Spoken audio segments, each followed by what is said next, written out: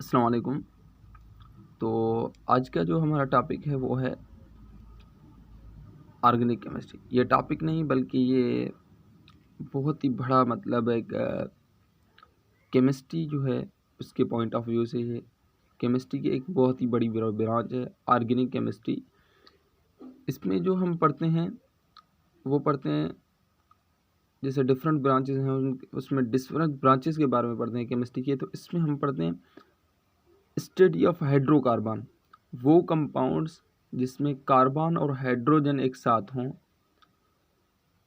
उनके बारे में पढ़ेंगे और उनको हम क्या कहेंगे, ऑर्गेनिक कंपाउंड्स। ऑर्गेनिक केमिस्ट्री में हम क्या पढ़ेंगे, हाइड्रोकार्बन के बारे में और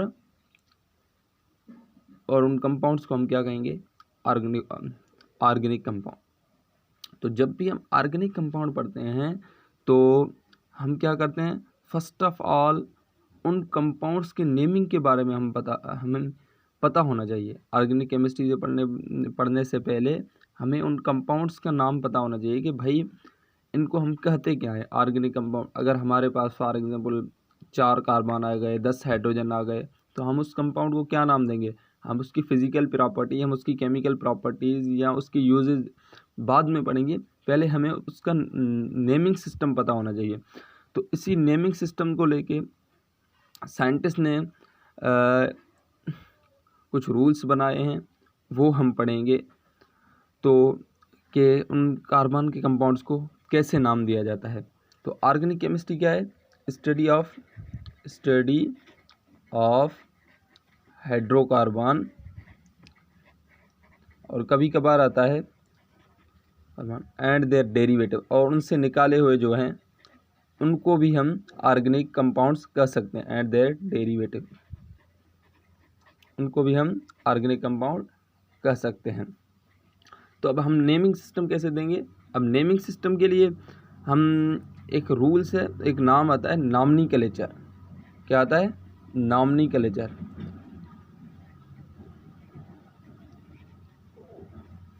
नेमिंग सिस्टम को क्या कहा जाता है, nomenclature. It is the giving the names to the compound, it is giving name to compounds. किसी भी कंपाउंड को हम नाम देंगे, उस स्टडी को हम क्या कहेंगे, नॉमेनक्लेचर। अब कैसे देंगे नेमिंग, उनके लिए कुछ रूल्स हैं, चलो उनको पढ़ते हैं सबसे पहले।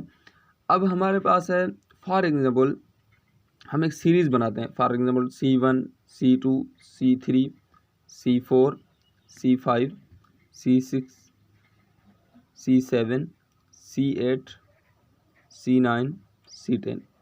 अब ये हमारे पास है कार्बन की सीरीज। अब हम कहेंगे हम एक कार्बन को कैसे नाम देंगे, दूसरे को, तीसरे को, चौथे को। अब ये एक सिस्टम है, जैसे हमने एक बार मेमोराइज कर लिया, एक बार हमने इसको समझ लिया, तो बाद में हम खुद नेम देते जाएंगे कंपाउंड्स को। सही है भाई।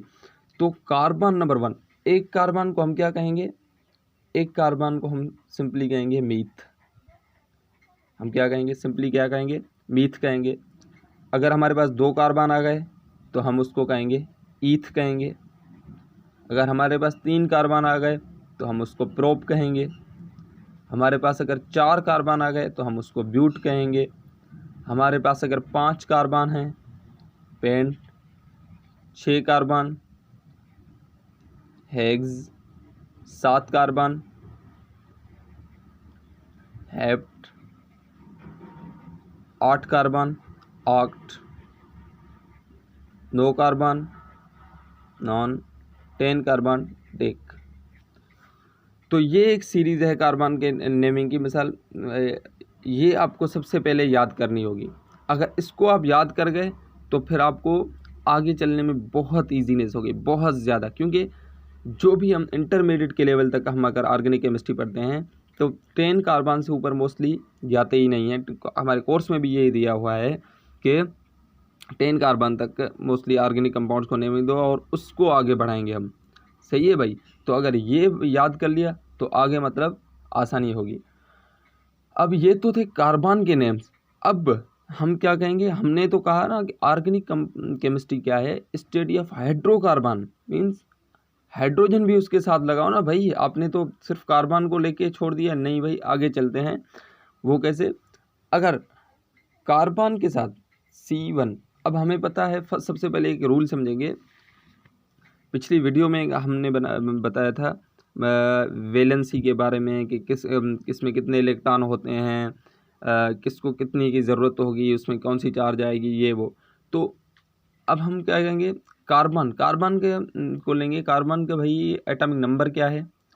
C6 उसका एटॉमिक नंबर है, 12 उसका एटॉमिक मास है। सही है। तो ये जो 6 है एटॉमिक नंबर, ये क्या शो करता है? हमने कहा ये शो करता है कि इसमें इलेक्ट्रॉन या प्रोटॉन कितने हैं। सही है भाई, it is the number of proton mostly, but हम कह सकते हैं कि it is the number of electron. सही है भाई। तो हम कैसे कहेंगे? क्योंकि हर एटम में इलेक्ट्रॉन और प्रोटॉन की जो तादाद होती है वो सेम होती है। ये हो गया न्यूक्लियस हमारा, इसमें हो गए 6 प्रोटॉन और हमारे पास 6 न्यूट्रॉन, और इलेक्ट्रॉन जो हैं वो बाहर शेल में, पहले शेल में 2 इलेक्ट्रॉन और दूसरे में हमारे पास हैं कितने इलेक्ट्रॉन? 4 इलेक्ट्रॉन। सही है। तो अब हम क्या कहेंगे कि भाई 2 इलेक्ट्रॉन तो हो गए ये, अब 4 इलेक्ट्रॉन इसमें। अब इसको ज़रूरत कितने की? हमने पिछले लेक्चर में ये पूरा डिस्कस किया था कि कैसे इसकी कितनों की ज़रूरत होती है, ये वो। अब हम क्या कहेंगे, हर एटम को ये रूल होता है कि उसके आउटर मोस्ट शेल में, आखिरी शेल में कितने इलेक्ट्रॉन होने चाहिए? 8 होने चाहिए। तो इसके हैं 4। तो अब ये क्या कहेगा, या 4 को क्या करेगा? गेन करेगा, कहीं से भी 4 गेन करेगा, तो इसके पास हो जाएंगे 8 और ये हो जाएगा स्टेबल। तो अब हम इसी रूल के मुताबिक इस पे हाइड्रोजन जोड़ेंगे, इसके साथ हाइड्रोजन जोड़ते जाएंगे। मतलब इसको 4 इलेक्ट्रॉन की ज़रूरत है, तो हम क्या करेंगे, सिंपली हाइड्रोजन को 1 इलेक्ट्रॉन की ज़रूरत होती है, तो हम क्या करेंगे, 4 हाइड्रोजन इसके साथ जोड़ देंगे। सही है। 4 इलेक्ट्रॉन की जगह हम क्या करेंगे, 4 हाइड्रोजन हम जोड़ जाएंगे। तो इसी रूल के मुताबिक हम इसको हाइड्रोजन देते चलेंगे। तो अब देखो कैसे करते हैं हम। फॉर एग्जांपल, एक कार्बन है हमारे साथ, ये हो गया कार्बन, इसके साथ हम 4 हाइड्रोजन लगाते हैं, CH4 हो गया ये। सही है भाई, CH4 हो गया। तो अब इसका जो नेम होगा ये चेंज हो जाएगा। पहले एक कार्बन को हम मीथ कर रहे थे, अब जो होगा CH4 है, इसको हम क्या कहेंगे, मीथ कहेंगे। मैंने कहा इसको याद करो, पहले इस नेमिंग को है ना अच्छे से याद करो, फिर आगे हम इसी को आगे बढ़ाएंगे, कोई नई चीज़ नहीं आएगी। तो मीथ जो है ये हो गया मीथ। अब हम क्या कहेंगे, एन, मीथ एन, इसको आगे क्या लगाएंगे, एन लगाएंगे, मीथेन। सही है भाई। जब हाइड्रोजन जुड़ गए तो हम इसके साथ क्या लगाएंगे, एन लगाएंगे, सिर्फ और सिर्फ एन का इजाफा होगा और कुछ नहीं होगा। मीथ से सेम एन। अब दूसरे नंबर पे हम आते हैं, हमारे पास है C2। C2 क्या है, ईथ है हमारे पास, C2 है ईथ। अब हम इसके साथ कितने हाइड्रोजन लगाएं? सब कहेंगे भाई 8 लगाओ। नहीं, 8 नहीं लगाएंगे। क्यों? C2 में क्या होगा, पहले सबसे पहले एक कार्बन, ये हो गया दूसरा कार्बन, उसके साथ बॉन्डेड है। और अब हम क्या कहेंगे, हम कहेंगे कि ये कार्बन है, इसके साथ एक इलेक्ट्रॉन शेयर कर रहा है, और ये कार्बन एक इलेक्ट्रॉन क्या कर रहा है, इसके साथ शेयर कर रहा है। तो 2 बॉन्डिंग भाई गई यहाँ से, 2 बॉन्डिंग भाई यहाँ से गई। हमने कहा ना हर एक कार्बन को 4 इलेक्ट्रॉन की ज़रूरत होती है, तो 2 इलेक्ट्रॉन तो भाई इसने शेयर कर लिए अपने आपस में। अब इनको कितने हाइड्रोजन डालें? सही है भाई, जितने कम होंगे वो हाइड्रोजन हम डालेंगे। अगर इन आपस में शेयरिंग कर रहे हैं तो वो भले ही करें, उससे जो बचेंगे उसमें लास्ट में हम हाइड्रोजन डालेंगे। ऐसा नहीं है कि लाजमी हमको भाई इतने ही हाइड्रोजन डालने हैं जितने इनको चाहिए। पहले हम देखेंगे कि इसके आपस में बॉन्डिंग कितनी है। अब ये एक इलेक्ट्रॉन यहाँ शेयर कर रहा है, ये एक इलेक्ट्रॉन यहाँ शेयर कर रहा है, तो हम क्या करेंगे, सिंपली एक हाइड्रोजन यहाँ डालेंगे, एक हाइड्रोजन यहाँ, एक हाइड्रोजन यहाँ। इनके 3 हाइड्रोजन हो गए, एक इसके साथ शेयर कर रहा है, तो ये भाई क्या हो गया, हमारे पास 4 इलेक्ट्रॉन इसके पूरे हो गए। अब ये भी एक इलेक्ट्रॉन इसके शेयर कर रहा है, बाकी इसके साथ भाई कितने हाइड्रोजन चाहिए इसको, 3 हाइड्रोजन, एक यहाँ और एक यहाँ चाहिए इसको। सही है भाई। तो अब हम क्या कहेंगे, इस कंपाउंड को क्या नाम देंगे, ईथ जो पढ़ा था हमने, 2 कार्बन वाला ईथ। अब इसके साथ 6 हाइड्रोजन देंगे, 3 हाइड्रोजन ये, 3 हाइड्रोजन ये, तो ये क्या हो जाएगा, इस कंपाउंड को क्या नाम देंगे, C2H6 कहेंगे। सही है भाई। तो इसी रूल के मुताबिक हम आगे चलते जाएंगे। जैसे हमारे पास है C3 है, इसको हम क्या कहते थे, प्रोप कहते थे। C3 को हम क्या कहते थे, प्रोप।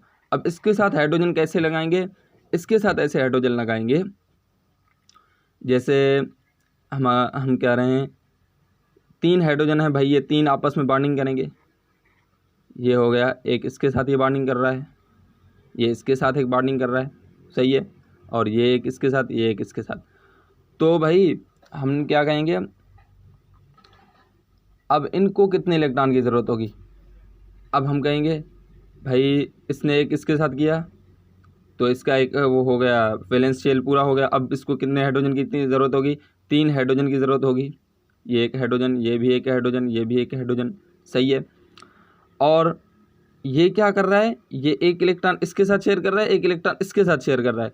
तो अब हम कहेंगे भाई इसको सिर्फ और सिर्फ 2 हाइड्रोजन की ज़रूरत है। हमने कहा कि पहले हम देखेंगे कि कार्बन जो होते हैं उनके साथ इनकी बॉन्डिंग करेंगे, बाद में जो जितने इलेक्ट्रॉन बचेंगे उसमें सिर्फ हाइड्रोजन डाल देंगे। एक हाइड्रोजन यहाँ हो गया, एक हाइड्रोजन हमारे पास हो गया यहाँ, सही है भाई। तो ये हो गए। अब ये कार्बन क्या कर रहा है, सिर्फ एक इलेक्ट्रॉन शेयर कर रहा है, तो इसको हम 3 हाइड्रोजन दे देंगे, सही है भाई।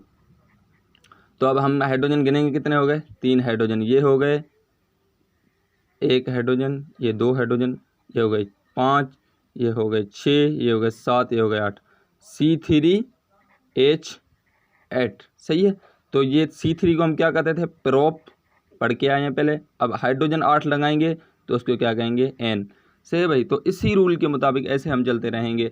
अब हम, ये तो था एक समझाने का तरीका कि भाई इसमें इतने हाइड्रोजन कैसे डलेंगे। एक बंदा होगा, नया बंदा, उसको क्या पता कि भाई हाइड्रोजन की अरेंजमेंट कैसे करनी है कार्बन कंपाउंड के साथ, क्यों करनी है, कितनी करनी है, तो वो तो समझाने का तरीका था। अगर समझ में बात आ गई तो अब हम इसको करेंगे सिंपल। हम कहेंगे कि एक फार्मूला है CnH2n plus O2 plus 2, sorry. तो हम क्या कहेंगे इसके मुताबिक, मतलब जितने कार्बन हो, अगर 2 कार्बन हो हमारे पास, Cn की जगह हम 2 रखेंगे, H2n, सही है। हाइड्रोजन क्योंकि 2 होंगे यहाँ, और N की जगह क्या करेंगे हम, N की जगह हम 2 रखेंगे, सही है, CnH2n प्लस 2, सही है।